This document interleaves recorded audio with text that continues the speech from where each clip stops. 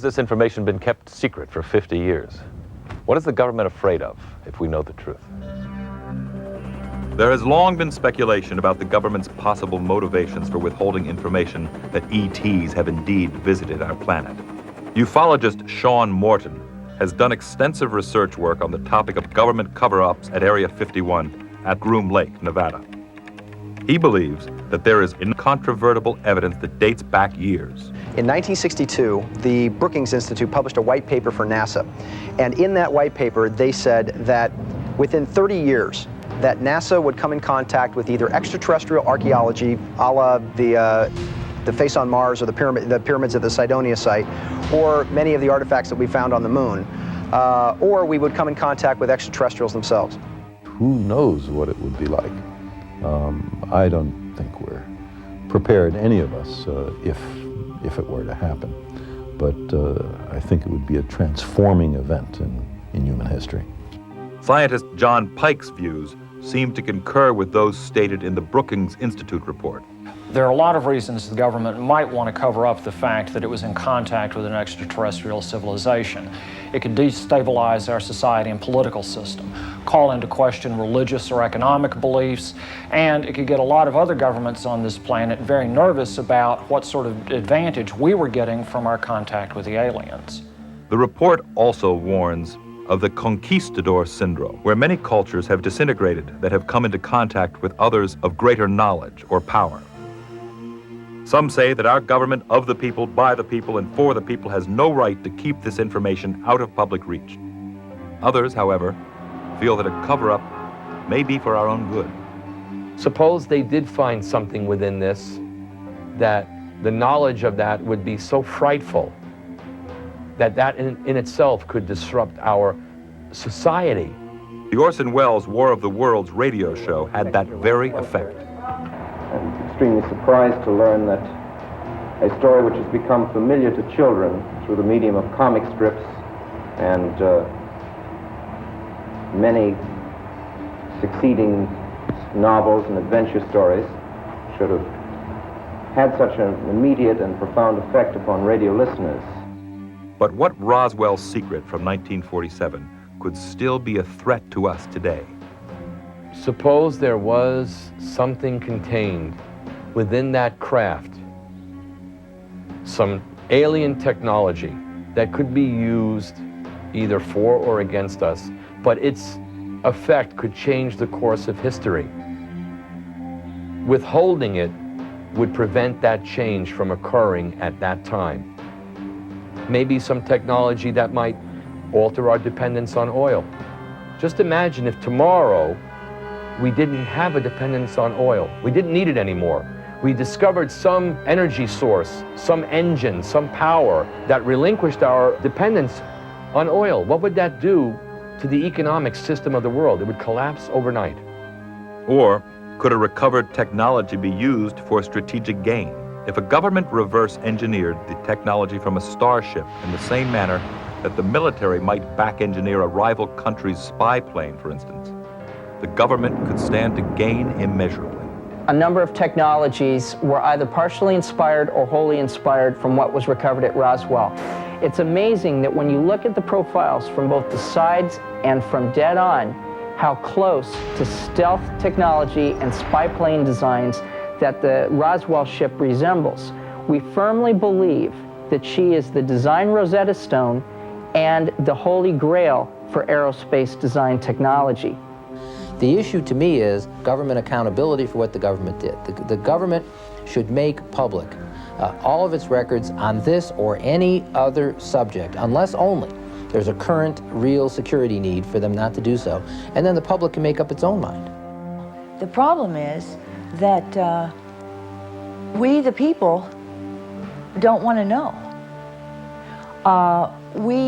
Sure, there's been a government cover-up, and people say to me, how could this be kept secret for 50 years?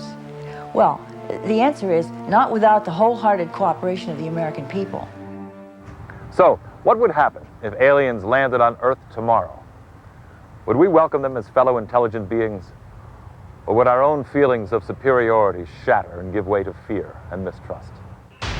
The first test was the announcement of a tiny microbe in a little meteorite that landed in Allen Hills in Antarctica.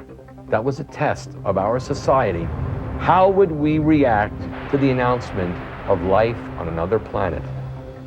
And what do you think occurred? Society was divided right down the middle. Those on the one side said impossible, it couldn't be life. Earth is the center of intelligence in the universe. And those on the other side of the fence who said, we knew it all along. I'm convinced that something has been here before and that something may be here now.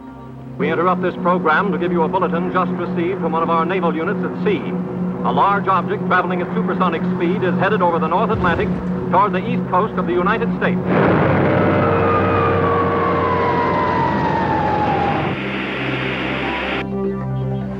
The only thing I could think of is that it would just cause such pandemonium in the country. I mean, a real scare. I mean, it's, you know, out of nowhere, all of a sudden there's alien life. They'd probably be freaked out.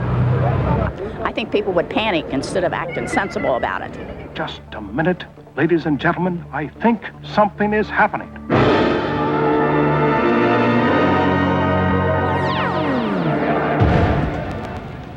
Well, here we are, some 50 years since the unfolding of either the greatest story of our existence or the biggest case of misinterpretation in modern history.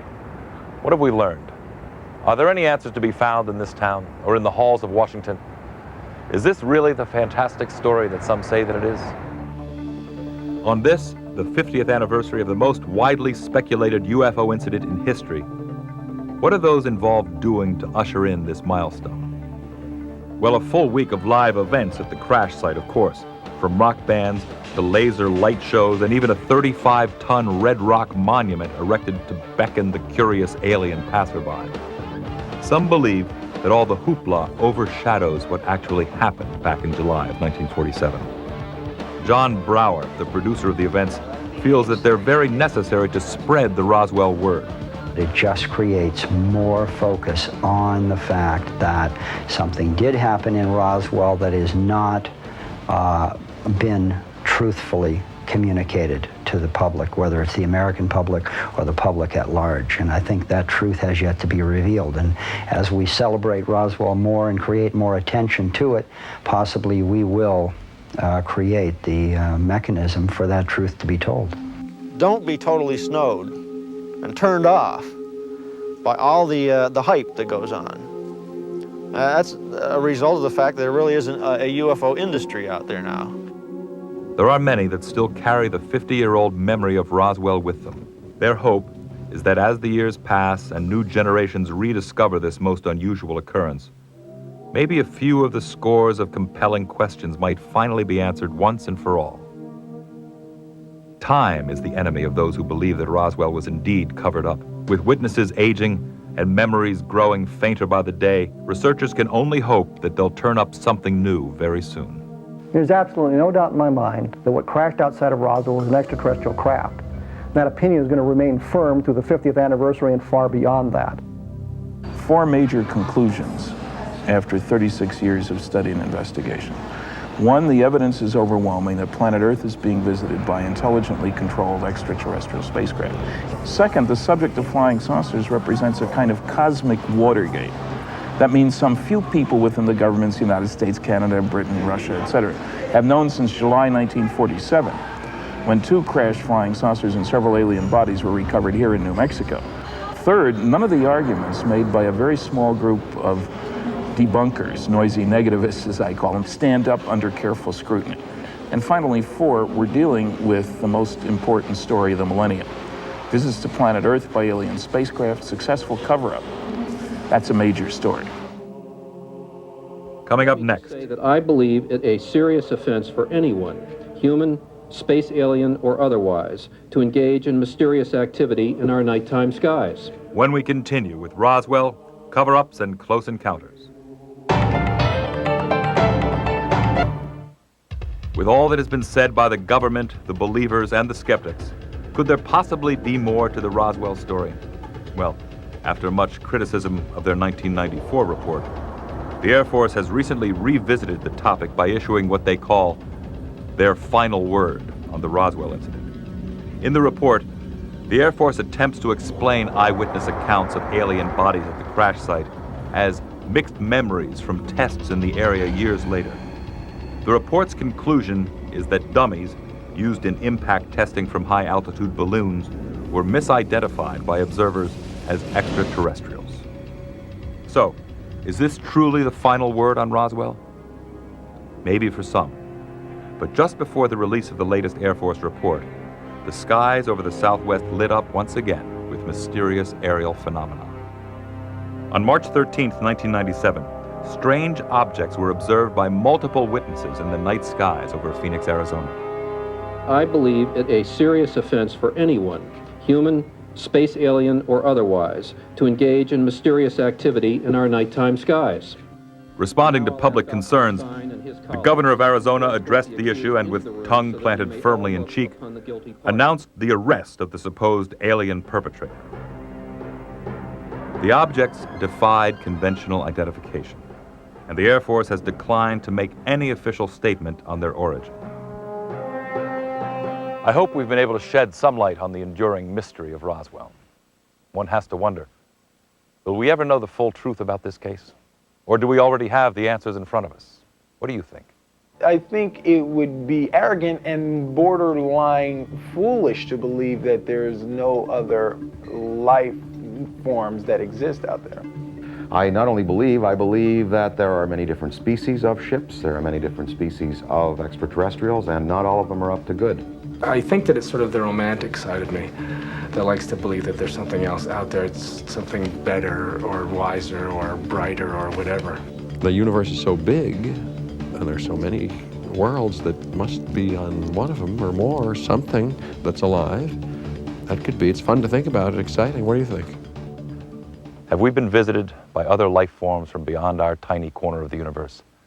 And if we have, can we handle the knowledge that we are not alone? I'm Jonathan Frakes. Thanks for joining us.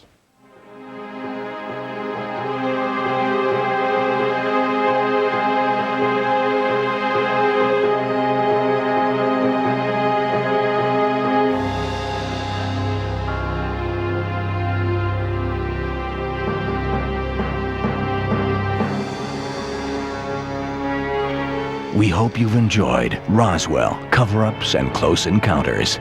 If you'd like to order your own copy for your home video collection, call toll-free 1-888-550-3647 and have a credit card ready. The cost is just $19.95 per cassette, plus shipping and handling. That's 1-888-550-3647 for your copy now.